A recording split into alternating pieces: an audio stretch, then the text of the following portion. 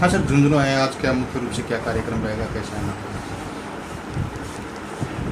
माता रानी सती के दर्शन को और छावनी के बालाजी को हनुमान चालीसा सुनाने को, ये वीरों की धरती झुंझुनू, जहाँ संपूर्ण भारत में अपितु पूरे विश्व में जहाँ के शहीद और सैनिक इस वीर भूमि के सपूत जो देश की सेवा में समर्पित काम करते हैं, जिन्होंने अपने आप को न्यौछावर कर दिया, ऐसी पुनीत और धरती ये सतियों का सत्य और वीर सपूतों की ये धरती, इसको प्रणाम करने नमन करने झुंझुनू आगमन हुआ है।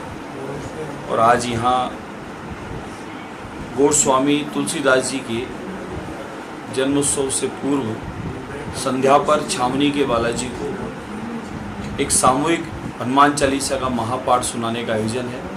यहाँ के सभी सनातनी, भाजपा के कार्यकर्ता, विश्व हिंदू परिषद, बजरंग दल और जितने भी सनातन के संगठन हैं, सब ने मिलकर प्रदेश की सुख शांति समृद्धि के लिए आज छावनी के बालाजी को हनुमान चालीसा सुनाकर उनका आशीर्वाद समृद्धि के लिए पूरे राजस्थान को मिले, उसके लिए आज ये कार्यक्रम रखा गया। सर, केंद्र सरकार नया वक्फ कानून ला रही है, इसको लेकर क्या कहेंगे? नया कानून नहीं आ रहा है, जो पुराने कानून में कुछ विसंगतियाँ रही है, कुछ कमियाँ रही है, उसमें परिवर्तन की आवश्यकता है। ये लैंड जिहाद चल रहा है, ज़मीनों पर कब्जा करने का काम चल रहा है। आज पूरे भारतवर्ष में जहाँ देखे वहाँ हरे रंग का एक बोर्ड लगा होता है, लिखा होता है वक्फ बोर्ड। तो वक्फ बोर्ड को इतनी क्या भूमि अतिक्रमण की आवश्यकता पड़ रही है कि चारों ओर ये वक्फ बोर्ड अपनी भूमियों का अतिक्रमण करता है। फिर एक देश एक कानून की हम बात कर रहे हैं, तो फिर यहाँ पर ऐसी क्या परिस्थितियाँ हैं कि इनका कोर्ट अलग होगा, नियम कायदे अलग होंगे और वहाँ का फैसला मान्य होगा।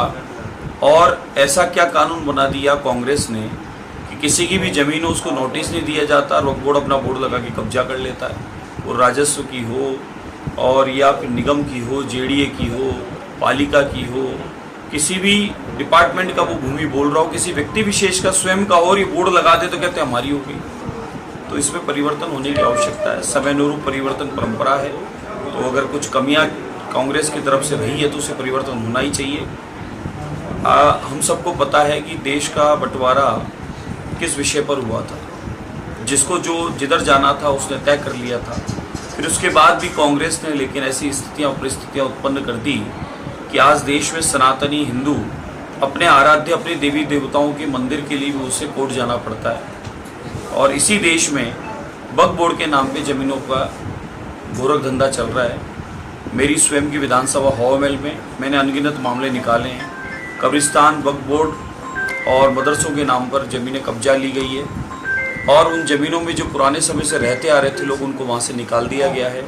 मुस्लिम समाज के लोगों की ही शिकायत जो मैंने लाइव दिखाई है, 100-200 परिवार मुस्लिम समाज के ही इन भूमियों पर रहते थे, उनको भी निकाल दिया। और भूमि लेने के पश्चात क्या किया, भूमि लेने के बाद उन भूमि को स्कूल पर किराए पे दे दी, बाजार बना के उसका किराया ले लिया, पट्टे काट दिए या वक्फ बोर्ड के मेंबर्स बनकर आपस में पट्टे बांट लिए। ये गोरख धंधा चल रहा है वक्फ बोर्ड के नाम पर। तो इस पर अगर संशोधन होता है तो बहुत अच्छी बात है। एक देश एक कानून की हम बात करते हैं और वही लोग संविधान की जो बात कर रहे हैं, संविधान कहते हैं कि हम संविधान के मानने वाले हैं, तो संविधान को मानना चाहिए, संविधान अनुरूप चलना चाहिए। आपके लिए अलग से संविधान कैसे बन जाएगा, संभव ही नहीं है। इसलिए जो हो रहा है अच्छा हो रहा है, अच्छे के लिए हो रहा है। सर, इसको लेकर राजस्थान में भी कोई फेरबदल होने की संभावना है क्या? किसको लेकर? वक्फ के नए कानून। वक्फ बोर्ड का जब केंद्र से कानून पारित होगा, संशोधन होगा, परिवर्तन आएगा, उसके पश्चात समय अनुरूप सभी जगह इसका परिवर्तन होना ही चाहिए।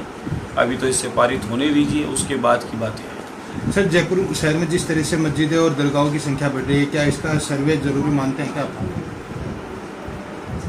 भारत में सबको अपनी प्रार्थना पूजा करने की पूर्ण आज़ादी है, हमें किसी से कोई इससे आपत्ति भी नहीं है।